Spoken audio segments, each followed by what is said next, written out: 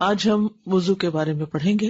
کچھ چیزیں تو ہم نے پچھلی دفعہ پڑھی تھی لیکن ابھی کافی باقی بھی ہے. وضو کا لغوی معنی کیا ہے؟ وضو کس کو کہتے ہیں؟ الوضوء من الوضاء. وضو جو ہے وہ وضاء سے ہے، جس کا معنی ہوتا ہے حسن و جمال اور نظافت اور رونق. حسن و جمال، نظافت کہتے ہیں صفائی کو، ہمارا نام بھی ہوتا ہے، اور رونق. اور حقیقت ہے یہ کہ وضو انسان کے حسن و جمال، صفائی اور چہرے کی رونق اور نور کا باعث بنتا ہے. اصطلاحی معنی ہے وضو سے مراد پاکیزہ پانی کو، وضو سے مراد پاکیزہ پانی کو مخصوص اعضاء پر استعمال کرنا جن کی وضاحت اور مشروعیت اللہ تعالیٰ نے فرمائی ہے. یعنی صاف پانی کو ان اعضاء کے اوپر ڈالنا جن کے بارے میں ہمیں شریعت نے کہا کہ ہم ان کو ڈالیں اس پانی کو. یہاں ایک بات یاد رکھیے کہ ایک ہوتا ہے وضو اور ایک ہوتا ہے وضو، واو کے زبر کے ساتھ اور پیش کے ساتھ. تو وضو کا مطلب ہوتا ہے وضو کرنا، اور وضو کا مطلب ہوتا ہے وہ پانی جو وضو کے لیے استعمال کیا جائے. ٹھیک ہے، کیا فرق ہے؟ وضو کرنا، وضو پانی ہے وہ جس سے آپ وضو کرتے ہیں. تو اکثر لوگ وضو کہتے ہیں اور لکھتے بھی وضو ہیں انگلش میں خاص طور پر، تو یہ WU کے ساتھ لکھا جائے گا. وہ ہے، وا نہیں، یعنی وضو کرنا. پنجابی میں وضو کہتے ہیں. پچھلے ہفتے ہم نے وضو کی اہمیت کے بارے میں پڑھا. آج ہم پڑھیں گے کامل وضو کی اہمیت، یعنی اچھی طرح مکمل کر کے وضو کرنا. رسول اللہ صلی اللہ علیہ وسلم نے فرمایا اچھی طرح وضو کرنا نصف ایمان ہے. الوضوء شطر الایمان. اور اچھی طرح وضو گناہوں کی معافی کا ذریعہ ہے. نبی صلی اللہ علیہ وسلم نے فرمایا جب بھی کوئی شخص اپنا وضو اچھی طرح کرتا ہے اور خلوص کے ساتھ نماز پڑھتا ہے، اچھی طرح وضو کرتا ہے اور خلوص کے ساتھ نماز پڑھتا ہے، تو اس کے ایک نماز سے دوسری نماز کے پڑھنے تک کے گناہ معاف کر دیے جاتے ہیں. کیا فائدہ ہوتا ہے؟ یعنی اچھا وضو، خالص نماز، تو دو نمازوں کے بیچ کے گناہ معاف. پھر اسی طرح نبی صلی اللہ علیہ وسلم کا کامل وضو کا حکم دینا. ابن عباس کہتے ہیں کہ رسول اللہ صلی اللہ علیہ وسلم نے ہمیں اچھی طرح وضو کرنے کا حکم دیا ہے. ویسے تو ہر کام میں احسان ضروری ہے لیکن وضو میں خاص طور پر. نبی صلی اللہ علیہ وسلم نے فرمایا کسی کی نماز اس وقت تک مکمل نہیں ہوتی جب تک وہ اپنا وضو اس طرح کامل طور پر نہ کرے جس طرح اللہ تعالیٰ نے اسے حکم دیا ہے. یعنی اپنا چہرہ دھوئے اور کوہنیوں تک اپنے دونوں بازو دھوئے، اپنا سر کا مسح کرے، ٹخنوں تک اپنے پاؤں دھوئے. ایک شخص جب نبی صلی اللہ علیہ وسلم کے پاس آیا اور وضو کیا اور ٹھیک سے وضو نہیں کیا اور اس نے اپنے پاؤں پر ناخن بھر جگہ خشک چھوڑ دی اور آپ کو نظر آ گئی، تو رسول اللہ صلی اللہ علیہ وسلم نے اس سے فرمایا کہ واپس جاؤ اور اچھی طرح اپنا وضو کرو. یعنی اگر کوئی تھوڑی سی جگہ بھی خشک رہ گئی تو وضو نہیں ہوا. آپ نے سارا کچھ کر لیا لیکن آپ کی ایڑیاں خشک ہیں یا کسی اور حصے کے اوپر کچھ چنگم وغیرہ لگی ہوئی ہے، اور جب آپ آئے واپس وضو کر کے اس کو اتارا تو دیکھا کہ اس کے نیچے تو سکن ڈرائی ہے، تو اگر آپ کے اعضائے وضو گیلے ہیں تو اس جگہ کو گیلا کر لیجئے، وضو ہو جائے گا. لیکن اگر آپ کا وضو خشک ہو چکا ہے تو پھر آپ کو وہ اتار کر دوبارہ پورا وضو کرنا ہو. ٹھیک ہے. وضو کے بہت سے فائدے بھی ہیں. جہاں نظافت اور رونق اور حسن یہ ساری چیزیں وضو سے آتی ہیں، وہاں کچھ اور فائدے بھی ہیں جن میں سے سب سے پہلا فائدہ ظاہری اور باطنی نجاست سے طہارت ہے. ظاہر و باطن نجاست سے طہارت.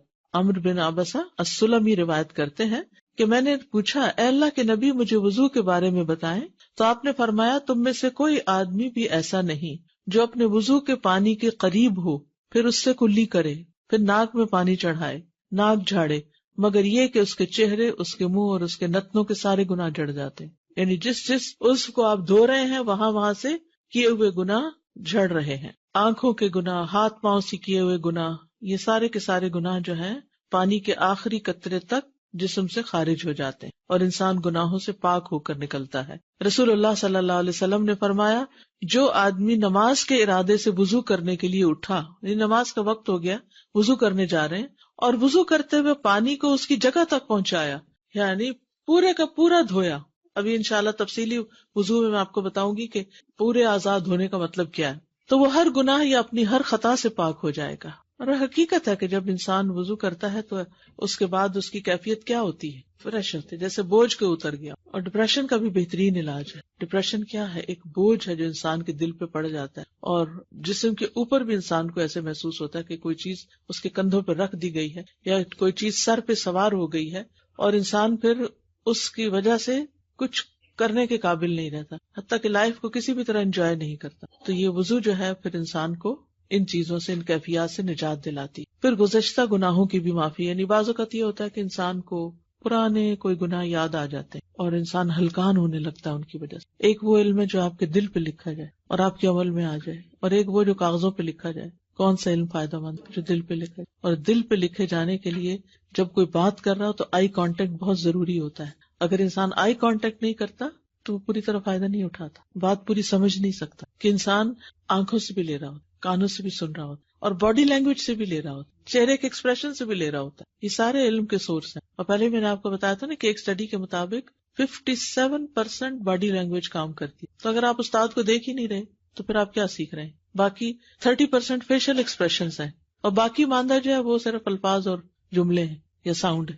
اور یہ باتیں جو میں بیچ بیچ میں آپ کو بتاتی ہوں، یہ میری زندگی کے وہ تجربات ہیں کہ جو میں نے سال ہر سال میں لوگوں کے ساتھ انٹریکٹ کرتے ہوئے چیزیں سیکھی ہیں، اور غور و فکر کے بعد ان مسائل کا حل تلاش کیا ہے. یہ بظاہر دیکھنے میں باتیں ہوتی ہیں، چھوٹی چھوٹی باتیں ہوتی ہیں، لیکن یہ بہت سے سوالوں کے جواب ہوتے ہیں. یہ شاید آپ کو کتابوں میں نہ ملے، تو اس لیے ان بٹوین جو بات ہوتی ہے اس پہ توجہ بہت ضروری ہے. تو بات میں یہ کر رہی تھی کہ بعض اوقات انسان کے اوپر ایسی کیفیت آتی ہے کہ اس کو اچانک اپنا ماضی کا کوئی گناہ یاد آ جاتا ہے. کوئی کسی کے ساتھ کی ہوئی زیادتی، کسی کے ساتھ برتی ہوئی بد اخلاقی، یا انسان نے اللہ کے حق میں کوئی کمی کی ہو. کوئی انسان ایسا ہو جس میں زندگی میں بہت سی نمازیں چھوڑ دی ہوں، یا اور کوئی ایسے غلط کام کیے ہوں جو اس کو پتہ ہی نہیں تھا، یا تھوڑا بہت پتہ تھا اور بعد میں اس کو علم ہوا. تو اس وقت انسان کے اندر ایک خوف کی لہر پیدا ہو جاتی. اس وقت شیطان آ کے انسان کو پکڑنے کی کوشش کرتا ہے اور وہ اس کو مایوس کرنے لگتا ہے کہ تمہاری معافی کوئی نہیں ہونی، پتہ نہیں اللہ نے معاف کیا بھی ہے کہ نہیں. یہ کبھی آپ پہ سوچ آئی؟ پتہ نہیں میرے گناہ معاف ہوں گے یا نہیں. یہ کیفیت آتی ہے انسان پر. تو کیا کرے؟ اٹھے، وضو کرے، یا جب نماز کا وقت آئے تو اٹھ کے وضو کرے، اور وضو کر کے پوری کوشش کے ساتھ ایسے 2 نفل پڑھے کہ جس میں، یہ تو میں نہیں کہہ سکتی کہ خیال کوئی نہ آئے، کیونکہ دن میں ایک سٹڈی کے مطابق 60,000 خیال انسان کو، بعض نے 70 اور 72 بھی، کچھ لوگ اور زیادہ سوچتے ہوں گے تو ان کے 72 تک چلے گئے، 72 تک، لیکن 60,000 تو ہر انسان کو خیالات آتے ہیں دن میں. اور یہ ایک نیچرل پروسیس ہے جب تک انسان کا دماغ کام کرتا ہے. تو پھر اس کا کچھ حصہ نماز میں، آپ دیکھیے ہماری ہر نماز میں کسی میں آدھا گھنٹہ لگ جاتا ہے، کسی میں 20 منٹ، 15 منٹ. تو یہ تو نہیں ہو سکتا کہ اس میں کوئی خیال نہ آئے، امپاسبل. لیکن یہ کہ انسان کی توجہ اللہ کی طرف رہے. اب مثلاً اس وقت آپ کی توجہ میری طرف ہے، بات کی طرف ہے، لیکن پھر بھی آپ کے ذہن میں کوئی نہ کوئی خیال آ رہا ہوگا. تو وہ بیک گراؤنڈ پہ خیالات چلتے رہتے ہیں، وہ ان کو نہیں آپ روک سکتے. لیکن ایک چیز ہوتی ہے فوکس میں اور ایک ہوتی ہے بیک گراؤنڈ میں. اگر نماز میں فوکس میں اللہ سبحانہ وتعالیٰ کی ذات ہے یا اللہ کی طرف توجہ ہے، اور بیک گراؤنڈ میں کچھ چل بھی رہا ہے، کوئی بات نہیں. لیکن اگر فوکس میں آپ کچھ اور سوچ رہے ہیں ایکٹیولی، اور پیچھے سے کوئی آپ کو یہ خیال ہے آپ نماز پڑھ رہے ہیں اور کوئی پتہ نہیں کیا کتنے پڑھی کتنی تھی، یہ خطرناک علامت. تو بہرحال پوری توجہ سے جب انسان وہ نماز پڑھ لیتا ہے تو پھر کیا ہوتا ہے؟ پھر اس کے گناہ معاف ہو جاتے. ڈپریشن کے جتنے مریض ہیں نا، جو لوگ آپ کو سخت پریشان کریں، بار بار فون کر کے، میسج کر کے، میں ڈاؤن ہو رہی ہوں فلاں، اور پہنچ جائیں اس کے سر پہ اور اسے اٹھائیں کہ چلو تم وضو کرو. کبھی بچے تنگ کرتے ہیں، اٹھو وضو کرو، اٹھو وضو کرو، اچھا سا وضو کرو، میں تمہیں طریقہ بتاتی ہوں، اور وضو کر کے 2 رکعت ایسی نماز پڑھو. اب دیکھیں کہ وہ جو اس کے اوپر ایک کیفیت ہوگی نا پریشانی اور بے چینی، وہ پوری طرح اگر ختم نہ بھی ہوئی تو اس میں بہت حد تک کمی آ جائے. اور اگر وہ روزانہ یہ عمل دہرانا شروع کر دے تو اس ڈپریشن سے نکل آئے گی. ڈپریشن صرف گولیاں کھانے سے ختم نہیں ہوتا، اس کے لیے عملی طریقے اختیار کرنے ضروری ہیں، اور وہ جو ہمیں وحی کے ذریعے قرآن و سنت سے ملتے ہیں. تو گزشتہ سارے گناہ معاف کر دیے جائیں گے. ما تقدم من ذنبہ، جو بھی اس کے گناہ تھے معاف کر دیے گئے جب اچھی طرح وضو کرے. اور آپ صلی اللہ علیہ وسلم نے فرمایا جو شخص میرے اس وضو کی طرح وضو کرے. تو اس حدیث سے یہ پتہ چلتا ہے کہ اس بات کا حریص ہونا بڑا ضروری ہے کہ ہمیں صحیح مسنون وضو کرنا آئے، اس میں کبھی نہ ہو. بعض اوقات ہم کہتے ہیں اچھا ہم نے وضو کیا، ہم نے نماز پڑھی، اور وہ تو ہم پڑھتے ہی رہتے ہیں لیکن پریشانی دور نہیں ہوتی. بھئی آپ نے طریقہ ہی ٹھیک نہیں اختیار کیا. کسی بھی ریسیپی میں تھوڑا بہت بھی رد و بدل کر دیں تو کیا ہوگا؟ کہیں گے میرا ٹیسٹ ویسا نہیں بنا جیسے تم نے. بھئی تم نے جو ڈنڈی ماری ہے اس سے کیسے ٹیسٹ وہی بن سکتا ہے؟ تو وہ جو کمی بیشی ہم کر دیتے ہیں نا، کسی چیز نمک زیادہ کر دیں یا نمک کم کر دیں تو وہ ٹیسٹ تھوڑی آئے گا. پھر اس سے گرہیں کھلتی ہیں. رسول اللہ صلی اللہ علیہ وسلم نے فرمایا میری امت میں سے جو شخص رات کو وضو کرنے کھڑا ہوتا ہے وہ اپنے نفس کا علاج کرتا ہے. اب یہ جو نفسیاتی بیماریاں ہیں یہ رات کے وضو سے ٹھیک ہوتی ہیں، اس حال میں کہ اس پر گرہیں ہوتی ہیں. بس جب وہ اپنے ہاتھ دھوتا ہے تو وہ ایک گرہ کھل جاتی ہے، اور جب اپنا منہ دھوتا ہے ایک اور گرہ کھل جاتی ہے، اور جب اپنے سر کا مسح کرتا ہے تو ایک اور گرہ کھل جاتی ہے، اور جب اپنے پاؤں کو دھوتا ہے تو ایک اور گرہ کھل جاتی ہے. بس اللہ عز و جل ان فرشتوں سے جو حجاب کے پیچھے ہوتے ہیں فرماتا ہے کہ میرے اس بندے کو دیکھو، اپنے نفس کا علاج کرتا ہے اور مجھ سے مانگتا ہے، جو کچھ میرے اس بندے نے مانگا وہ اس کے لیے ہے. تو ایسی ساری بیماریوں کا علاج تہجد میں ہے. اور ایک ایک گرہ کا کھلنا، یہ گرہ بعض اوقات کہتے ہیں نا ہمیں نظر لگ گئی، ہاں لگ جاتی ہے نظر، اس نظر سے بھی گرہ پڑ جاتی کہ آپ کا کام میں دل نہیں لگتا، آپ کا دماغ نہیں کھلتا، یوں لگتا ہے جیسے ہر چیز بند ہوتی جا رہی ہے. کبھی ایسی کیفیت محسوس کی ہوگی، آف اینڈ آن کچھ نہ کچھ، پھر الحمدللہ کچھ عرصے تک ٹھیک ہو جاتی. کبھی ہم قرآن زیادہ پڑھتے ہیں یا ذکر اذکار کی پابندی کرتے ہیں تو الحمدللہ ایسی چیزیں دور ہو جاتی. انہی طریقوں میں سے، یعنی دس از ناٹ دی اونلی طریقہ، لیکن انہی طریقوں میں سے جو انسان کی پریشانیوں کو دور کرنے کا باعث ہے ان میں سے ایک یہ بھی ہے. پھر انسان کو حشاش بشاش کرنے کا طریقہ بھی ہے. انسان جب صبح اٹھتا ہے وضو کرتا ہے تو اس کی ساری گرہیں کھل جاتی ہیں. اگر وضو نہیں کرتا تو خبیث النفس اٹھتا ہے سستی کے ساتھ، سارا دن اس پہ سستی چھائی رہتی ہے. وضو فرشتوں کی دعا لینے کا ذریعہ ہے، خاص طور پر رات کو جب کوئی سوتے ہوئے وضو کرے. نبی صلی اللہ علیہ وسلم نے فرمایا جس نے طہارت کی حالت میں رات گزاری تو اس کے بستر میں ایک فرشتہ رات گزارتا ہے. جب بھی وہ رات کی کسی گھڑی میں اٹھتا ہے تو فرشتہ کہتا ہے اے اللہ اپنے فلاں بندے کو معاف کر دے کیونکہ اس نے طہارت کی حالت میں رات گزاری ہے، یعنی وضو کر کے سویا. پھر تکلیف میں وضو کرنا درجات کی بلندی کا باعث ہے، اونچا چڑھنے کا. آپ صلی اللہ علیہ وسلم نے فرمایا ناگواریوں کے باوجود اچھی طرح وضو کرنا اور مسجد کی طرف زیادہ قدم چل کر جانا اور نماز کے بعد نماز کا انتظار کرنا تمہارے لیے یہی رباط ہے، یعنی شیطان کے خلاف میدان ہے. قیامت کے دن اعضاء چمکیں گے، یعنی وضو کی وجہ سے. رسول اللہ صلی اللہ علیہ وسلم سے پوچھا گیا اے اللہ کے رسول کیا آپ ہمیں پہچانیں گے یعنی قیامت کے دن؟ آپ نے فرمایا ہاں، تم مجھ پر پیش کیے جاؤ گے اور وضو کے نشانات کی وجہ سے تمہاری پیشانی اور ہاتھ پاؤں چمکتے ہوں گے، تمہارے علاوہ کسی دوسری امت کی یہ نشانیاں نہیں ہوگی. تو یہ نور صرف دنیا کے لیے نہیں بلکہ قیامت کے دن ایسا شخص چمک رہا ہوگا اور اللہ کے رسول صلی اللہ علیہ وسلم اس چمک سے اس کو پہچان لیں گے کہ یہ میرا امتی ہے. تو کتنا ضروری ہے کہ انسان خوشی کے ساتھ وضو کرے کہ کل قیامت کے دن یہ چمک اس کی پہچان بن سکے. ایک اور روایت میں ہے کہ پس تم میں سے جو کوئی اپنی چمک بڑھانا چاہے تو وہ بڑھا لے.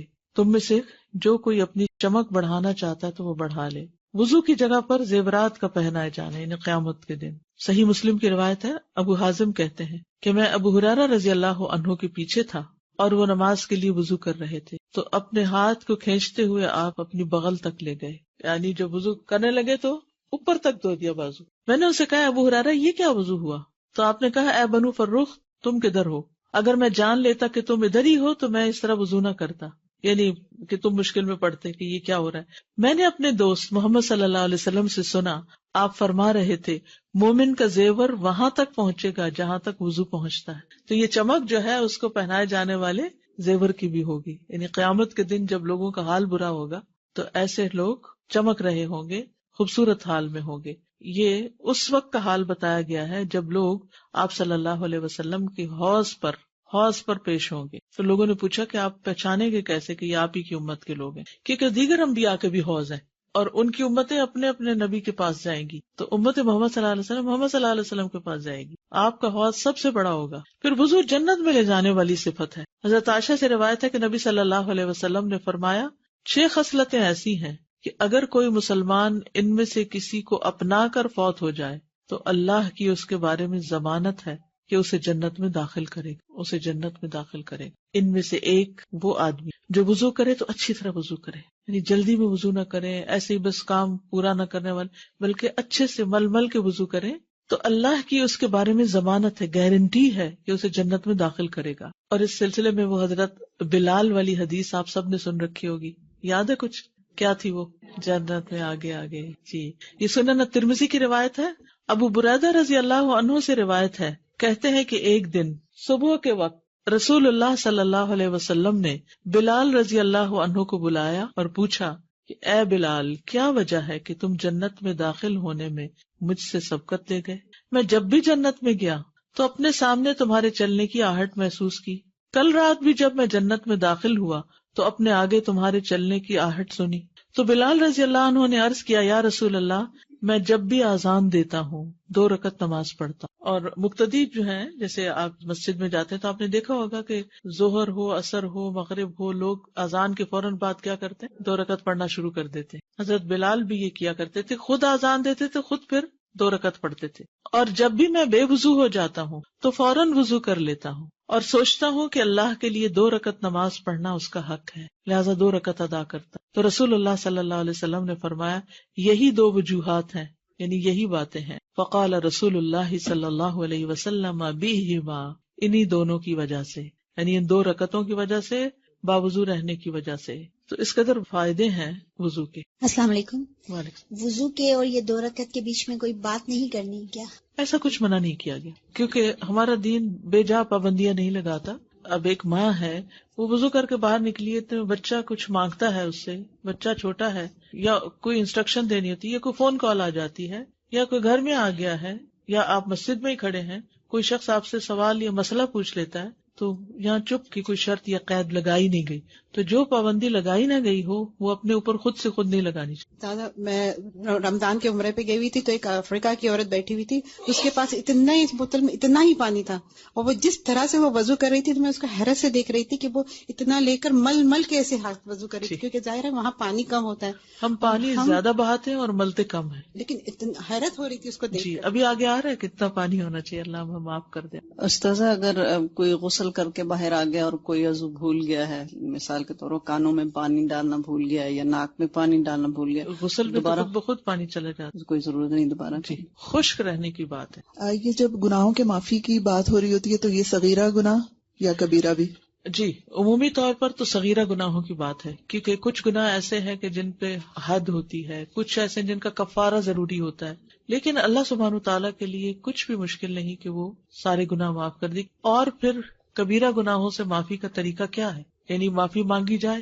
تو ہم جب وضو کرتے ہیں تو اس کے بعد جو دعا مانگتے ہیں اس میں استغفرک و اتوب الیک جب کہیں تو معافی بھی ساتھ مانگ رہے ہو, امید ہے کہ وہ بھی معاف ہو جائیں. استاد یہاں پہ قیامت کے دن کی چمک کی بات کی جا رہی ہے, تو دنیا میں تو صاف ستھرا چمکنے کے لیے ہم بہت زیادہ مشقت کرتے ہیں اور اس کی طرف توجہ دیتے ہیں نا, کہ اور یہ تو اتنا آسان طریقہ ہے مگر ہم کتنا اس کو اپنے اوپر سوچتے ہیں کہ مشکل دنیا ہے. میں چمکنے کے لیے کیا طریقہ اختیار کرتے ہیں, فیشل کیسے کرواتے ہیں, مل مل کے, اور کتنی دیر لگتی ہے, 1 گھنٹہ تو ہوتا ہی ہے نا, اور سارے دن کے وضو کا وقت نکالیں تو کتنا ہوگا, 1 گھنٹے سے کم ہے. یعنی اگر 5 نمازوں کے 5 وضو آپ کریں, ایک وضو میں آپ ٹائم نوٹ کر لیں, 5 منٹ سے زیادہ نہیں, 5 سے بھی کم لگتے ہیں. میں ہمیشہ رات کو وضو کر کے سوتی تھی لیکن آج کل تھوڑے سے بھول جاتی ہوں. مجھے اتنا نیند کا پرابلم ہو گیا ہے کہ مجھے اینزائٹی کی میڈیسنز لینی پڑی, تو میں اب سوچ رہی ہوں کہ میں دوبارہ اپنی وضو کی عادت کر لوں. دوبارہ وضو پہ آئے تو انشاءاللہ وہ میڈیسن چھوٹ جائیں گی.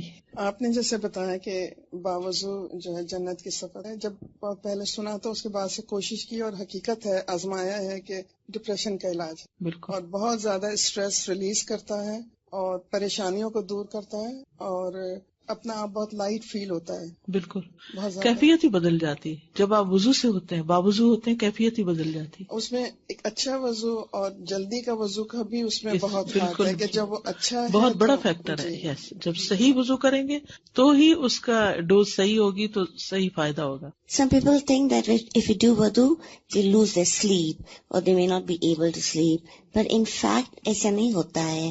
اگر وضو کرتے ہیں اور پھر نماز پڑھ کے سوتے ہیں تو اچھی نیند آتی ہے. السلام علیکم ورحمۃ اللہ وبرکاتہ. یہ جو آپ نے فوکس ہونے کی بات کی تھی نماز میں اور پھر بیک گراؤنڈ کی جو بات کی تھی, اس کا پورا تعلق میرا ایکسپیرینس ہے کہ اچھے وضو سے ہے. اگر ہم پورا واقعی میں جیسا کہا گیا اچھا وضو کرتے ہیں نا, تو پھر واقعی میں فوکس اللہ سبحانہ تعالیٰ رہتے ہیں اور وہ جو چھوٹی موٹی جو شیطان کی چالیں ہوتے ہیں بہت پیچھے چلی جاتی ہیں. لیکن وضو اچھا نہیں ہوتا تو جو آپ نے کہا تھا نا کہ ساری بیکار باتیں آگے آتی ہیں اور اللہ سبحانہ تعالیٰ پیچھے چلے جاتے. تو جو کہا گیا نا کہ نماز جنت کی کنجی اور وضو جو ہے وہ نماز کی کنجی, یہ لگتا ہے.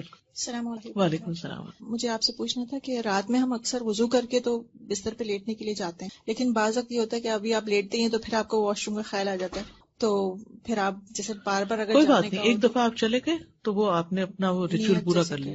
وضو سے قبل مسواک, ہر بار وضو سے پہلے مسواک کی ترغیب دلائی گئی ہے, لازم نہیں کیا گیا لیکن ترغیب ہے. ابو ہریرہ کہتے ہیں کہ نبی صلی اللہ علیہ وسلم نے فرمایا, اگر مجھے یہ ڈر نہ ہوتا کہ میں مومنوں پر مشقت ڈال دوں گا, یعنی مشکل میں پڑ جائیں گے لوگ, تو میں انہیں ہر نماز کے وقت مسواک کا حکم دیتا.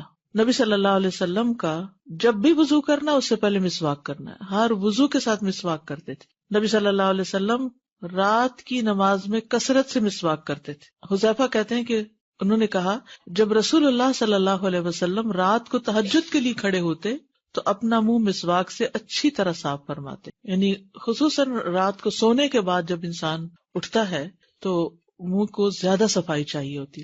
دن میں تو کبھی ہم پانی پی لیتے ہیں یا بار بار وضو کر لیتے ہیں 5 نمازوں کی وجہ سے، لیکن رات میں ایٹ اے اسٹریچ کئی گھنٹے تک ہمارا منہ بند رہتا ہے، تو پھر زیادہ صفائی کی ضرورت ہوتی ہے پورے ہر کونے کی. زبان کے اوپر بھی، یعنی آپ صلی اللہ علیہ وسلم جب اپنی زبان پہ مسواک پھیرتے تھے تو صرف ٹنگ پہ نہیں پھیرتے تھے بلکہ حلق تک جاتے تھے جس سے آوازیں بھی آتی تھی. صحابہ کا عمل. زید بن خالد جوہنی روایت کرتے ہیں کہ میں نے رسول اللہ صلی اللہ علیہ وسلم کو فرماتے ہوئے سنا اگر میری امت کے لیے مشقت نہ ہوتی تو میں انہیں ہر نماز کے وقت مسواک کا حکم دیتا. ابو سلمہ کہتے ہیں پھر میں نے دیکھا کہ زید رضی اللہ عنہ مسجد میں بیٹھے ہوئے تھے اور مسواک ان کے کان پر رکھی ہوتی جیسے کسی کاتب کا قلم ان کے کان پہ ہوتا. پہلے زمانے میں وہ لکھنے والے منشی وغیرہ جو تھے وہ یہاں اڑس لیتے تھے، پین ہولڈر کی ضرورت نہیں ہوتی تھی. اب آپ دیکھیے پین ہولڈر پینوں سے بھرے ہوئے ہوتے ہیں لیکن لکھنے والے لوگ کم ہو گئے، ٹائپ کرنے والے زیادہ ہو گئے. تو جب نماز کے لیے اٹھتے مسواک کر لیتے. مسواک رب کی رضا کا ذریعہ. ابو بکر صدیق رضی اللہ عنہ سے روایت ہے کہ نبی صلی اللہ علیہ وسلم نے فرمایا مسواک منہ کی طہارت اور رب کی رضامندی کا ذریعہ ہے. منہ کی صفائی مبالغے کی حد تک. نبی صلی اللہ علیہ وسلم نے فرمایا مجھے مسواک کے بارے میں اس قدر حکم دیا گیا ہے کہ میں اپنے دانتوں کے بارے میں ڈرنے لگا. یعنی اتنا زیادہ مسواک کا حکم دیا گیا کہ میں اپنے دانتوں کے بارے میں یعنی ہل نہ جائیں یا پھر بہت گھس نہ جائیں. وضو کے مسائل. وضو کے بغیر نماز قبول نہیں ہوتی.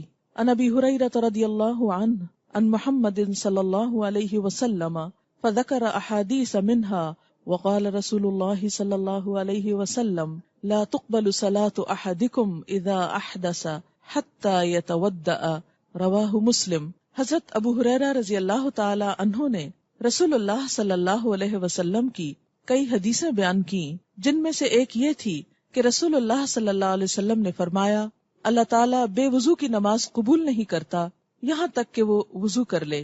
اسے مسلم نے روایت کیا ہے. یعنی انسان اگر پوری نماز بھی پڑھ لے مگر وضو نہ ہو تو نماز ہوتی ہی نہیں. وضو کرنے سے پہلے بسم اللہ پڑھنا ضروری ہے. عن سعید بن زید قال قال رسول اللہ صلی اللہ علیہ وسلم لا وضوء لمن لم يذكر اسم اللہ علیہ رواہ الترمذی. حضرت سعید بن زید رضی اللہ تعالی عنہ کہتے ہیں کہ رسول اللہ صلی اللہ علیہ وسلم نے فرمایا جو وضو سے پہلے بسم اللہ نہ پڑھے اس کا وضو نہیں ہوتا. اسے ترمذی نے روایت کیا ہے. وضو کی فضیلت. ان ابی ہریرہ رضی اللہ عنہ ان رسول اللہ صلی اللہ علیہ وسلم قال ان حوضی ابعد من ایلۃ من عدن لہو اشد بیاضا من الثلج واحلی من العسل باللبن ولآنیته اکثر من عدد النجوم وانی لاصد الناس عنه كما يصد الرجل ابل الناس عن حوضی. قالوا یا رسول اللہ اتعرفنا یومئذ قال نعم لکم سیماء لیست لأحد من الامم تردون علی غرا محجلین من اثر الوضوء رواہ مسلم.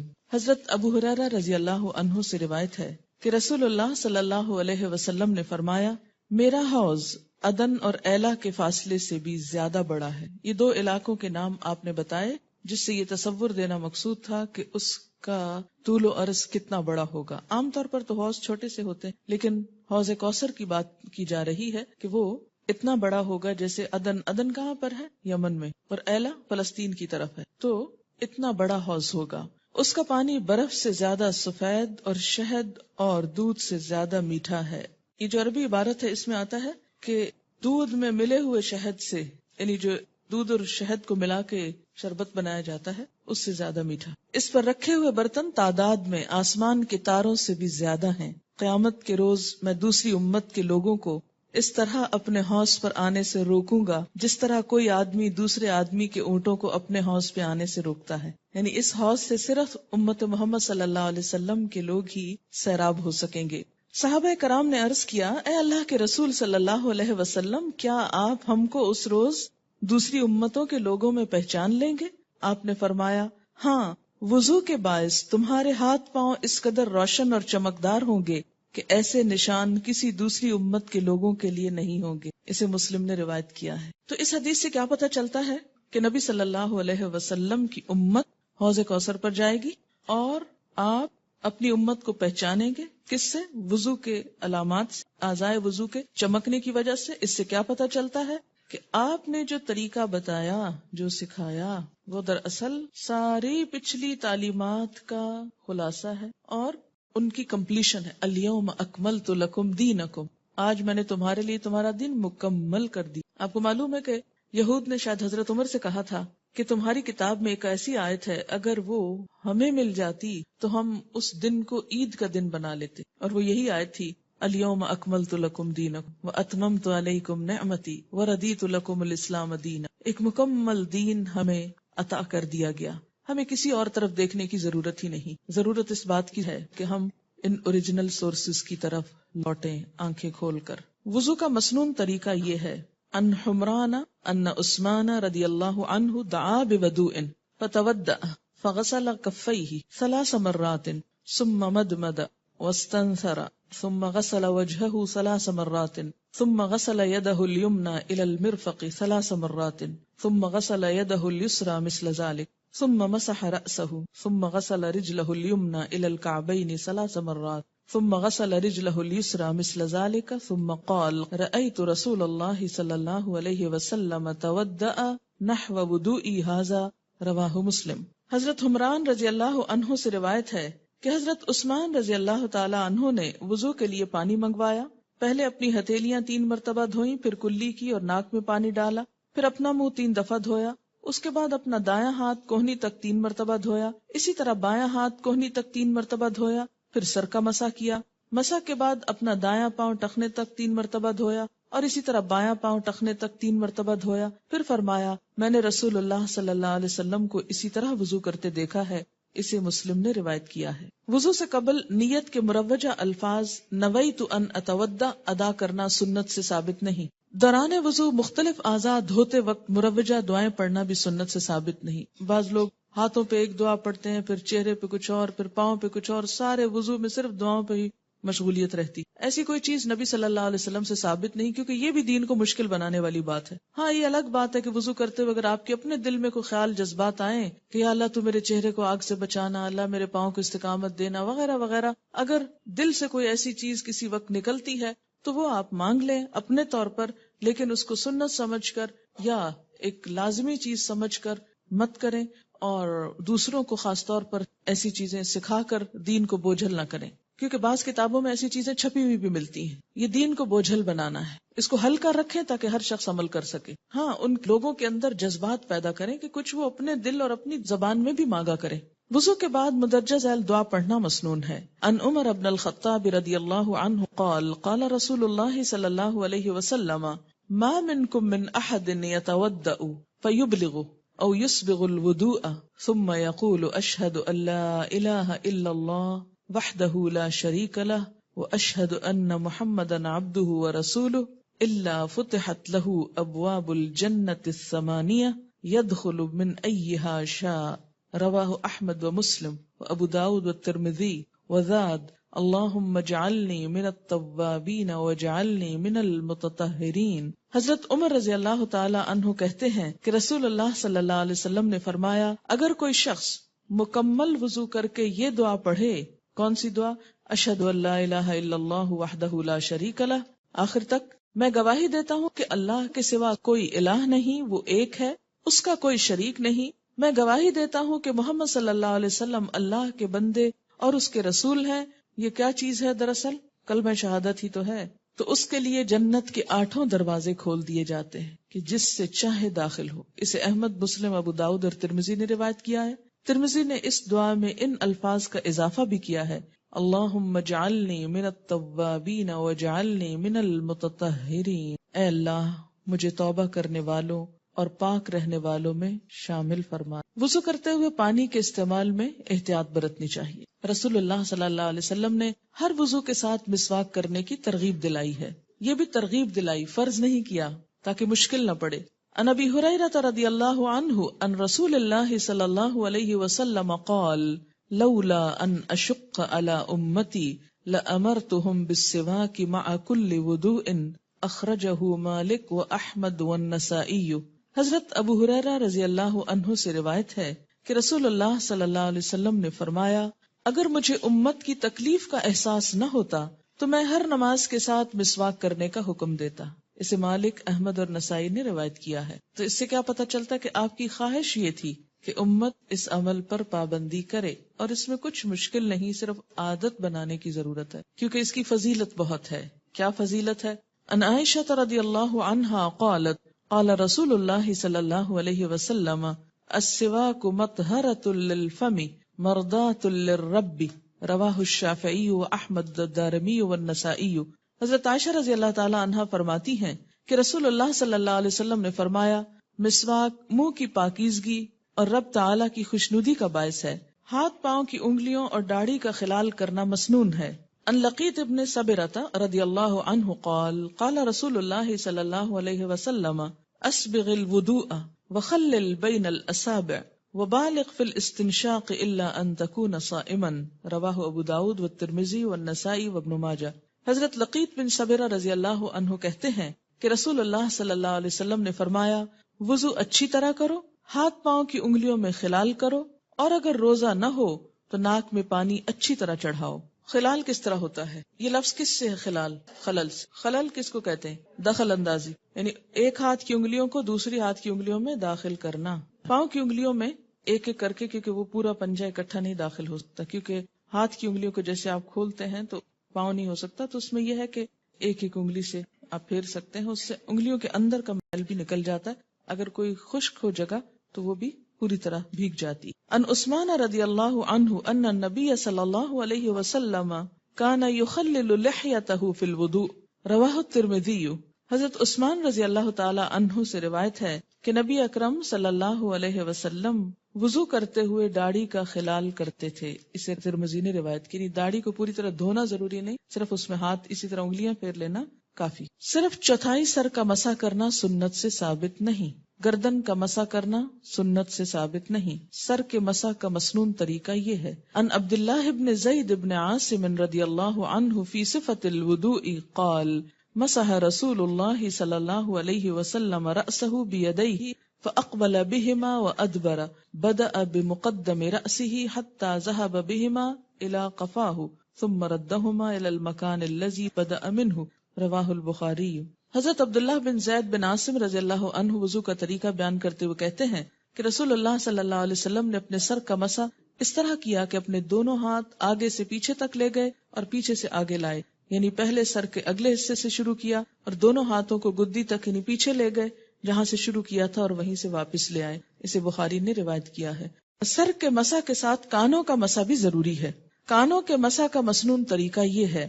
ان عبداللہ ابن عباس رضی اللہ عنہما فی صفت الوضوء قال ثم مسح رسول اللہ صلی اللہ علیہ وسلم برأسہ وأذنیہ باطنہما بالسباحتین وظاہرہما بإبہامیہ، رواہ النسائی۔ حضرت عبداللہ بن عباس رضی اللہ عنہما وضو کا طریقہ بتاتے ہوئے فرماتے ہیں کہ رسول اللہ صلی اللہ علیہ وسلم نے اپنے سر کا مسح کیا اور اپنی شہادت کی دونوں انگلیوں سے دونوں کانوں کے اندر اور اپنے دونوں انگوٹھوں سے دونوں کانوں کے باہر کے حصے کا مسح کی۔ پگڑی پر مسح کرنا جائز ہے۔ ان المغیرۃ بن شعبۃ رضی اللہ عنہ ان النبی صلی اللہ علیہ وسلم تودأ فمسح بناصیتہ وعلی العمامۃ وعلی الخفین، رواہ مسلم۔ حضرت مغیرہ بن شعبہ رضی اللہ عنہ سے روایت ہے کہ نبی اکرم صلی اللہ علیہ وسلم نے وضو کرتے ہوئے پیشانی کے بالوں، پگڑی اور موزوں پر مسح کیا۔ اسے مسلم نے روایت کیا ہے۔ اب سکارف کی بات اس میں نہیں لکھی ہوئی، اس لیے نہیں، پگڑی فرق ہے اس لیے کہ وہ بہت رولز ہوتے ہیں، اگر اس کو کھولیں تو دوبارہ پہننے میں بہت مشکل ہوتی ہے۔ تو اس میں یہ ہے کہ میں کبھی ایسی جگہ پر ہوں کہ جہاں نہ اتار سکوں تو اس طرح کر لیتا ہو جاتا ہے، لیکن پگڑی میں اس طرح ہاتھ ڈال کے نہیں ہو سکتا نا، اتار کے مشکل پڑ جاتی، کہیں اتار کے رکھے وہ گر جائے اور کھل جائے ساری تو پرابلم ہو جائے، لیکن سکارف کو اندر سے بھی ہاتھ جا کے ہو جاتا ہے۔ وضو کر کے پہنے ہوئے جوتوں، موزوں اور جرابوں پر مسح کیا جا سکتا۔ مدت مسح مقیم کے لیے، مقیم سے مراد جو گھر رہتا ہو، 1 دن رات، اور مسافر کے لیے 3 دن رات ہے۔ جنبی ہونا مدت مسح ختم کر دیتا ہے۔ عن المغيرة بن شعبة رضي الله عنه قال تودأ النبي صلى الله عليه وسلم ومسح على الجوربين والنعلين رواه احمد والترمذي وابو داود وابن ماجہ۔ حضرت مغیرہ بن شعبہ رضی اللہ عنہ کہتے ہیں کہ نبی اکرم صلی اللہ علیہ وسلم نے وضو کرتے وقت جرابوں اور جوتوں پر مسح کیا۔ اسے احمد، ترمذی، ابو داؤد اور ابن ماجہ نے روایت کیا ہے۔ ٹھیک ہے، بہت سے لوگ کہتے ہیں نا اس زمانے میں موزے ہوتے تھے، جرابیں نہیں ہوتی تھی۔ یہاں کیا لفظ لکھا ہوا ہے؟ جراب کا لفظ لکھا ہوا ہے۔ ٹھیک ہے، اور نعلین جوتے کو کہتے ہیں۔ اگر وضو کر کے پاؤں دھو کے آپ نے جرابیں پہنی اور اوپر جوتے بھی پہن لیا، جیسے بچے عموماً جاگرز پہن لیتے ہیں، تو پھر وضو کے وقت ان سب کو اتار کر پاؤں دھونا بہت مشکل لگتا ہے، اور اسی وجہ سے بعض اوقات نمازیں ہی چھوٹ جاتی۔ تو ایسے میں چونکہ جوتے میں نماز بھی ہو جاتی ہے اگر صاف ہو، تو اس پر مسح بھی ہو جاتا ہے۔ ان صفوان ابن اسال رضی اللہ عنہ قال کان رسول اللہ صلی اللہ علیہ وسلم یأمرنا اذا كنا سفرا الا ننزع خفافنا 3 ایام ولیالیہن الا من جنابۃ ولكن من غائط وبول ونوم رواہ الترمذی والنسائی۔ حضرت صفوان بن اسال رضی اللہ تعالی عنہ سے روایت ہے کہ جب ہم سفر میں ہوتے تو رسول اللہ صلی اللہ علیہ وسلم ہمیں 3 دن رات کے بعد موزے اتارنے کا حکم دیتے تھے، خواہ پیشاب پخانہ کی حاجت ہو یا نیند آئے، البتہ جنابت کی وجہ سے موزے اتارنے کا حکم دیتے تھے۔ اسے ترمذی اور نسائی نے روایت کیا ہے۔ ان علی ابن ابی طالب رضی اللہ عنہ قال جعل النبی صلی اللہ علیہ وسلم 3 ایام ولیالیہن للمسافر ویوما ولیلۃ للمقیم یعنی فی المسح علی الخفین، رواہ مسلم۔ حضرت علی بن ابی طالب رضی اللہ تعالی عنہ سے روایت ہے کہ رسول اللہ صلی اللہ علیہ وسلم نے 3 دن رات مسافر کے لیے اور 1 دن رات مقیم کے لیے موزوں کے مسح کی مدت مقرر فرمائی ہے۔ اسے مسلم نے روایت کیا ہے۔ وضو کے اعضاء میں کوئی جگہ خشک نہیں رہنی چاہیے۔ ان انس رضی اللہ عنہ قال رأى النبی صلی اللہ علیہ وسلم رجلا وفی قدمہ مثل الظفر لم يصبه الماء فقال ارجع فاحسن وضوءک۔ حضرت انس رضی اللہ عنہ فرماتے ہیں کہ نبی صلی اللہ علیہ وسلم نے ایک آدمی کو دیکھا جس کے پاؤں میں وضو کرنے کے بعد ناخن جتنی جگہ خشک تھی۔ رسول اللہ صلی اللہ علیہ وسلم نے اسے حکم دیا کہ واپس جا کر اچھی طرح وضو کرو۔ ان ابی ہریرہ رضی اللہ عنہ ان النبی صلی اللہ علیہ وسلم رأى رجلا لم يغسل عقبہ فقال ویل للأعقاب من النار، رواہ مسلم۔ حضرت ابو ہریرہ رضی اللہ عنہ سے روایت ہے کہ نبی صلی اللہ علیہ وسلم نے ایک آدمی کو دیکھا جس نے وضو میں اپنی ایڑی نہیں دھوئی تھی۔ آپ نے فرمایا خشک ایڑیوں کے لیے آگ کا عذاب ہے۔ اسے مسلم نے روایت کیا ہے۔ وضو یا غسل کے بعد پانی خشک کرنے کے لیے حسب خواہش تولیہ استعمال کرنا یا نہ کرنا دونوں طرح درست ہے۔ عن عائشہ رضی اللہ عنہا قالت کانت لرسول اللہ صلی اللہ علیہ وسلم خرقۃ ینشف بها بعد الوضوء، رواہ الترمذی۔ حضرت عائشہ رضی اللہ عنہا فرماتی ہیں کہ رسول اللہ صلی اللہ علیہ وسلم کے لیے ایک کپڑا تھا جس سے آپ وضو کے بعد بدن پونچھتے۔ اسے ترمذی نے روایت کیا ہے۔ ان میمونۃ رضی اللہ عنہا فی صفت غسل الجنابۃ قالت فغسل رجلیہ ثم اتیتہ بالمندیل فردہ۔ حضرت میمونہ رضی اللہ عنہا نے نبی صلی اللہ علیہ وسلم کے غسل جنابت کا طریقہ بیان کیا اور فرماتی ہیں کہ نبی صلی اللہ علیہ وسلم نے غسل کے بعد اپنے دونوں پاؤں پھر دھوئے، اس کے بعد میں نے آپ کو بدن پوچھنے کے لیے تولیہ دیا تو آپ نے واپس کر دیا۔ اسے مسلم نے روایت کیا ہے۔ اب آپ دیکھیے کہ 2 طرح کی روایات ہیں۔ عام طور پر جو لوگ حدیث کا انکار کرتے ہیں وہ کہتے ہیں ہم اس لیے کرتے ہیں کہ اس میں کنٹراڈکشن بہت ہے، ایک حدیث کچھ کہتی دوسری کچھ کہتی، لیکن بات یہ ہے کہ اصل چیز کنٹراڈکشن نہیں ہے، اصل چیز موقع محل کا اختلاف ہے۔ دین فطرت ہے، اس نے ایسے اصول نہیں بنائے کہ ایک بات کہہ دی تو ہر قسم کے حالات میں وہی بات چلے گی۔ مثلا سردی کا موسم ہے، پانی آپ کو تکلیف دے رہا ہے، آپ تولیہ استعمال کیجئے، کوئی حرج نہیں، کوئی گناہ نہیں۔ لیکن ایک اور وقت ہے کہ آپ کو پانی اچھا لگ رہا ہے، مثلا اگر آپ حج عمرے وغیرہ پر جائیں تو اتنی گرمی بعض اوقات ہوتی ہے کہ دل چاہتا ہے کہ اور اوپر پانی ڈالے رکھیں، تو وہاں کس کا دل چاہے گا کہ وضو کے بعد اپنا ضرور پانی خشک کرے، وہ تو اٹھتے اٹھتے ہی خشک ہو جائے گا۔ یہ بھی تو ہو سکتا ہے کہ آپ صلی اللہ علیہ وسلم کو جو تولیہ دیا گیا وہ بہت صاف نہ ہو، پاسبلٹی تو ہے نا، اگرچہ ہم کچھ کہہ نہیں سکتے کہ یہی فائنل بات تھی، کہیں سے پتہ نہیں چلتا، لیکن ممکن ہے کہ کوئی ایسی چیز ہو کہ جو آپ کو استعمال کرنا ناگوار ہو۔ مثلا آپ نے بھی بازو کا دیکھا ہوگا کہ آپ کہیں جاتے ہیں تو کوئی لوگ آپ کو تولیہ آفر کرتے ہیں لیکن آپ تولیہ نہیں یوز کرتے، آپ کو نہیں معلوم انہوں نے کس طرح دھویا کس طرح نہیں، یا یہ وہ صاف ہے یا نہیں۔ کسی اور کے گھر میں مثلا جاتے ہیں، واش روم میں تولیہ لٹکا ہوتا ہے تو عموماً استعمال نہیں کیا جاتا، کیا سوچ کر، اور وہ گھر والے کر رہے ہوتے ہیں اس لیے کہ انسان کے دل میں بعض اوقات وہم آتا ہے. تو ایسی بھی کوئی صورت ہو سکتی ہے. ہو سکتا ہے تولیہ جو ہو یا جو کپڑا ہو وہ پوری طرح صاف نہ ہو، دھلا ہوا نہ ہو، یا کوئی اور وجہ ہو، یا یہ کہ آپ کو طلب نہ ہو اس کی اور اس وجہ سے آپ نے اس کا انکار کر دیا. اس طرح کی جو اختلافی احادیث نظر آتی ہیں یہ دراصل دین کی وسعت ہے. وضو کے اعضاء ایک بار یا 2 بار یا 3 بار دھونے جائز ہیں، اس سے زائد دھونا منع ہے. عن ابن عباس رضی اللہ عنہما قال تودع النبی صلی اللہ علیہ وسلم مرة رواہ احمد والبخاری.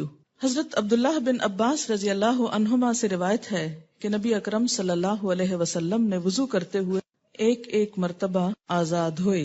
اسے احمد اور بخاری نے روایت کیا ہے. عن عبداللہ بن زید رضی اللہ عنہ ان النبی صلی اللہ علیہ وسلم تودع مرتين رواہ احمد والبخاری. حضرت عبداللہ بن زید رضی اللہ عنہما سے روایت ہے کہ نبی اکرم صلی اللہ علیہ وسلم نے وضو کیا اور 2 مرتبہ اعضاء دھوئے. اسے احمد اور بخاری نے روایت کیا ہے. عن عمرو بن شعیب عن ابیہ عن جدہ رضی اللہ عنہ قال جاء اعرابی الى رسول اللہ صلی اللہ علیہ وسلم يسألہ عن الوضوء فأراہ ثلاثا وقال هذا الوضوء فمن زاد على هذا فقد اساء وتعدى وظلم. رواہ احمد وابن ماجہ. حضرت عمر رضی اللہ عنہ اپنے باپ شعیب سے اور شعیب اپنے دادا عبداللہ بن عمرو بن عاص رضی اللہ عنہ سے روایت کرتے ہیں کہ ایک دیہاتی نے رسول اللہ صلی اللہ علیہ وسلم سے وضو کا طریقہ دریافت کیا تو آپ صلی اللہ علیہ وسلم نے اسے 3 بار وضو کے اعضاء دھو کر دکھائے اور فرمایا وضو کا طریقہ یہ ہے، جس نے اس سے زیادہ مرتبہ دھوئے اس نے برا کیا، زیادتی کی اور ظلم کیا. اسے احمد اور ابن ماجہ نے روایت کیا ہے. اس سے کیا پتہ چلتا ہے کہ وہیں رک جانا چاہیے جہاں اللہ کے رسول صلی اللہ علیہ وسلم نے رکا ہے، اس سے آگے بڑھنا درست نہیں. ایک وضو سے کئی نمازیں پڑھی جا سکتی ہیں. ان بریدہ رضی اللہ عنہ ان النبی صلی اللہ علیہ وسلم صلی الصلوات یوم الفتح بوضوء واحد رواہ مسلم. حضرت بریدہ رضی اللہ عنہ سے روایت ہے کہ فتح مکہ کے دن رسول اللہ صلی اللہ علیہ وسلم نے کئی نمازیں ایک وضو سے پڑھی. اسے مسلم نے روایت کیا ہے. وضو کرنے کے بعد بے مقصد باتیں یا فضول کام نہیں کرنے چاہیے. ان کعب ابن عجرۃ رضی اللہ عنہ قال رسول اللہ صلی اللہ علیہ وسلم اذا تودع احدکم فاحسن وضوءه ثم خرج عامدا الى المسجد فلا يشبكن يديه فانه في الصلاة. رواہ احمد. حضرت کعب بن عجرہ رضی اللہ عنہ کہتے ہیں کہ رسول اللہ صلی اللہ علیہ وسلم نے فرمایا جب تم میں سے کوئی وضو کر کے مسجد کی طرف جائے تو راستے میں انگلیوں میں انگلیاں ڈال کر نہ چلے، کیونکہ وضو کے بعد آدمی نماز ہی کی حالت میں ہوتا ہے. اسے احمد نے روایت کیا ہے. یعنی وضو کا بھی احترام ہوتا ہے. انگلیوں میں انگلیاں ڈالنے سے مراد کیا ہے؟ جو شب کی تشبیک ہوتی اس طرح کرنا اور اس طرح یعنی اپنے ہی ہاتھوں سے کھیلنا. ٹیک لگائے بغیر نیند یا اونگ آ جائے تو وضو یا تیمم نہیں ٹوٹتا. ان انس بن مالک رضی اللہ عنہ قال كان اصحاب رسول اللہ صلی اللہ علیہ وسلم ينتظرون العشاء الآخرة حتى تخفق رؤوسهم ثم يصلون ولا يتودعون. حضرت انس بن مالک رضی اللہ عنہ سے روایت ہے کہ صحابہ کرام رضی اللہ عنہم نماز عشاء کا انتظار کرتے یہاں تک کہ ان کے سر نیند کی وجہ سے جھک جاتے، پھر دوبارہ وضو کیے بغیر نماز پڑھ لیتے. اسے ابو داؤد نے روایت کیا ہے. یعنی بیٹھے بیٹھے جیسے آپ کلاس میں بیٹھے اور بیٹھے ہوئے اونگ آ جاتی ہے لیکن آپ بیٹھے ہیں تو اس سے وضو نہیں ٹوٹتا. محض شک سے وضو نہیں ٹوٹتا. عن ابی ہریرہ رضی اللہ عنہ قال قال رسول اللہ صلی اللہ علیہ وسلم اذا وجد احدکم فی بطنہ شیئا فاشکل علیہ اخرج منہ شیء ام لا فلا یخرجن من المسجد حتی یسمع صوتا او یجد ریحا. رواہ مسلم. حضرت ابو ہریرہ رضی اللہ عنہ کہتے ہیں کہ رسول اللہ صلی اللہ علیہ وسلم نے فرمایا جب تم میں سے کوئی آدمی اپنے پیٹ میں شکایت محسوس کرے اور اسے شک ہو جائے کہ وضو ٹوٹا ہے یا نہیں تو جب تک بدبو محسوس نہ کرے یا آواز نہ سنے مسجد سے وضو کے لیے باہر نہ نکلے. اسے مسلم نے روایت کیا ہے. بیوی کا بوسہ لینے سے وضو نہیں ٹوٹتا بشرطے کہ جذبات پر قابو ہو. ان عائشہ رضی اللہ عنہا ان النبی صلی اللہ علیہ وسلم قبل بعض نسائه ثم خرج الى الصلاة ولم يتودع. رواہ ابو داود والترمذی وابن ماجہ. حضرت عائشہ رضی اللہ تعالی عنہا فرماتی ہے کہ نبی صلی اللہ علیہ وسلم اپنی ازواج مطہرات کا بوسہ لیتے اور وضو کیے بغیر نماز ادا فرما لیتے. اسے ابو داؤد، ترمذی اور ابن ماجہ نے روایت کیا. لیکن اگر کوئی بھی ویٹ ڈسچارج ہو جس کو مزی کہتے ہیں اس سے وضو پھر ختم ہو جاتا ہے. آگ پر پکی ہوئی چیزیں کھانے سے وضو نہیں ٹوٹتا، البتہ اونٹ کا گوشت کھانے کے بعد وضو کرنا چاہیے. کیوں؟ اس لیے کہ نبی صلی اللہ علیہ وسلم نے ایسا فرمایا. عن جابر بن سمرۃ رضی اللہ عنہما ان رجلا سأل رسول اللہ صلی اللہ علیہ وسلم انا اتودأ من لحوم الغنم قال ان شئت تودأ وان شئت فلا تتودأ قال انا اتودأ من لحوم الابل قال نعم تودأ من لحوم الابل. رواہ احمد و مسلم. حضرت جابر بن سمرہ رضی اللہ عنہما سے روایت ہے کہ ایک شخص نے رسول اکرم صلی اللہ علیہ وسلم سے پوچھا کیا ہم بکری کا گوشت کھا کر وضو کریں؟ آپ نے فرمایا چاہو تو کر لو، نہ چاہو تو نہ کرو. پھر اس نے سوال کیا کیا اونٹ کا گوشت کھا کر وضو کریں؟ آپ نے فرمایا ہاں اونٹ کا گوشت کھا کر وضو کرو. اسے احمد اور مسلم نے روایت کیا ہے. کپڑے کی آڑ کے بغیر پرائیویٹ پارٹ کو ہاتھ لگایا جائے تو وضو ٹوٹ جاتا ہے ورنہ نہیں. عن ابی ہریرہ رضی اللہ عنہ ان النبی صلی اللہ علیہ وسلم قال من افضى بيده الى ذکر لیس دونه ستر فقد وجب علیہ الوضوء. رواہ احمد. حضرت ابو ہریرہ رضی اللہ عنہ سے روایت ہے کہ نبی اکرم صلی اللہ علیہ وسلم نے فرمایا جس نے اپنا ہاتھ کپڑے کی آڑ کے بغیر اپنی شرمگاہ کو لگایا اس پر وضو واجب ہو گیا. اسے احمد نے روایت کیا ہے. چکنائی والی چیز کھانے کے بعد کلی کرنا ضروری ہے. ان عبداللہ ابن عباس رضی اللہ عنہما قال ان النبی صلی اللہ علیہ وسلم شرب لبنا ثم دعا بماء فمدمد وقال ان له دسما متفق علیہ. حضرت عبداللہ بن عباس رضی اللہ عنہما سے روایت ہے کہ رسول اللہ صلی اللہ علیہ وسلم نے دودھ پیا اور کلی کی، پھر فرمایا اس میں چکناہٹ ہے، کیونکہ پھر نماز پڑھتے وقت اگر منہ میں چپ چپ ہو رہی ہے اور ٹیسٹ آ رہا ہے دودھ کا، آج کل کے دودھ میں تو شاید یہ نہ ہو لیکن پھر بھی آپ کی سنت ہے منہ صاف کر کے نماز پڑھنی چاہیے. اسی طرح مثلا کوئی سویٹ کھائیے، کوئی بھی چیز جس کا منہ میں مزہ ہے ابھی تک، تو اسی حالت میں نماز نہیں شروع کریں، کلی کر لیں. یہ سب کچھ کس لیے؟ تاکہ نماز کا خشوع برقرار رہے. مزی خارج ہونے سے وضو ٹوٹ جاتا ہے. عن علی رضی اللہ عنہ قال سألت النبی صلی اللہ علیہ وسلم عن المزی فقال من المزی الوضوء ومن المنی الغسل. رواہ الترمذی. حضرت علی رضی اللہ عنہ سے روایت ہے کہ میں نے نبی صلی اللہ علیہ وسلم سے مزی کے بارے میں استفسار کیا تو آپ نے جواب دیا مزی خارج ہونے سے وضو کرنا چاہیے اور منی خارج ہونے سے غسل کرنا چاہیے. اسے ترمذی نے روایت کیا ہے. مستقل بیماری کی وجہ سے مکمل پاکیزگی ممکن نہ ہو تو اسی حالت میں نماز ادا کرنا چاہیے، البتہ ایسی صورت میں ہر نماز کے لیے نیا وضو کرنا ضروری ہے. اس مستقل بیماری میں پھر کیا آتا ہے؟ استحاضہ بھی آ جاتا ہے. ہوا خارج ہونے سے وضو ٹوٹ جاتا ہے. عن ابی ہریرہ رضی اللہ عنہ ان رسول اللہ صلی اللہ علیہ وسلم قال لا وضوء الا من صوت او ریح. رواہ الترمذی. حضرت ابو ہریرہ رضی اللہ عنہ سے روایت ہے کہ رسول اللہ صلی اللہ علیہ وسلم نے فرمایا وضو کی ضرورت نہیں مگر جب آواز آئے یا ہوا خارج ہو. اسے ترمذی نے روایت کی. فضل من بات علی الوضوء، باوضو سونے کی فضیلت. یعنی عموماً تو وضو عبادات کے لیے ہوتا ہے، نمازوں وغیرہ کے لیے ہوتا ہے، لیکن اگر کوئی وضو کر کے سونا چاہے تو اس کی بھی فضیلت ہے. حدثنا محمد بن مقاتل قال اخبرنا عبد الله قال اخبرنا سفیان عن منصور عن سعد بن عبیدہ عن براء بن عازب قال قال لي النبي صلی اللہ علیہ وسلم اذا اتيت مضجعك، آپ صلی اللہ علیہ وسلم نے مجھ سے کہا، کس سے؟ براء بن عازب سے، کہ جب تم اپنے بستر پر آؤ فتودع، تو وضو کر لو. وضوءک للصلاۃ، اپنا وضو نماز کے لیے جیسے نماز کے لیے کرتے ہو ایسا ہی کر لو. ثم استجع، پھر لیٹو، علی شقک الایمن، اپنے دائیں پہلو پر. ثم قل، پھر کہو، اللہم، اے اللہ، اسلمت، میں نے سپرد کر دیا، وجہی، اپنا چہرہ، الیک، تیری طرف، وفوضت، اور میں نے سپرد کر دیا، امری، اپنا معاملہ، الیک، تیری طرف. یعنی میں نے سپرد کر دی اپنی ذات، اپنا آپ تیری طرف، اور میں نے اپنے معاملات بھی تیرے حوالے کر دیے، تجھے سونپ دیے. وَأَلْجَأْتُ، اور حوالے کر دی، ظہری، اپنی پیٹھ، الیک، تیری طرف، یعنی اپنا آپ تیری طرف، رغبتاً و رہبتاً، خوشی سے اور ڈرتے ہوئے، الیک، تیری طرف. لا ملجا، نہیں کوئی پناہ گاہ، ولا منجا، اور نہ کوئی نجات، من کا، تجھ سے، الا الیک، مگر تیری ہی طرف، یعنی تجھ سے بھاگ کے ہم کہیں نہیں جا سکتے. اللہم آمنت بکتابک، اے اللہ میں ایمان لایا تیری کتاب پر، الذی انزلتا، جو تو نے اتاری، وبنبیک، اور تیرے نبی پر، الذی ارسلتا، جس کو تو نے بھیجا. فإن مت، پھر اگر تو مر جائے. کس نے فرمایا؟ آپ صلی اللہ علیہ وسلم نے. کس کو؟ براء بن عازب کو. من لیلتک، اپنی اس رات میں باوضو ہو کر یہ دعا پڑھ کے اگر تم سوتے ہو اور نیند میں تمہاری موت آ جاتی ہے، فأنت علی الفطرۃ، تو فطرت پر ہے، یعنی تیرا خاتمہ اسلام پر ہوا. وجعلہن آخرہ، اور کر دے ان آیات کو یا ان الفاظ کو، آخر ما تتکلم بہ، آخری چیز جو تو بات کرے، یعنی اس سے بعد باتیں نہ کرو، سو جاؤ. قالا، تو کہتے ہیں فرددتها علی النبی صلی اللہ علیہ وسلم، میں نے دہرایا ان کلمات کو آپ صلی اللہ علیہ وسلم پر.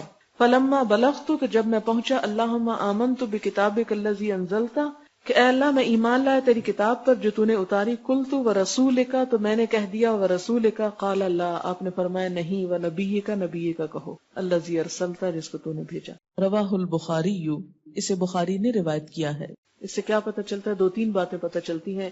ایک تو یہ معلوم ہوتا ہے کہ وضو کر کے سونے کی فضیلت ہے، اور وضو کے بعد اس دعا کی خاص طور پر.